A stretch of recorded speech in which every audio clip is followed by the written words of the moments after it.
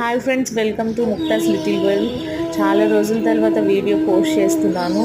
నేను కొత్తగా business start చేశాను. హోమ్ మేడ్ ఫ్రూట్స్ చేస్తున్నాము. Snacks, pickles, dry fruit laddu, sweets, కార ఐటమ్స్, ఎవ్రీథింగ్ ఉన్నాయి మా దగ్గర.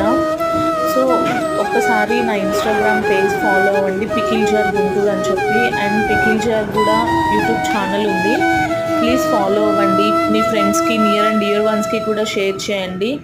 ఇప్పుడు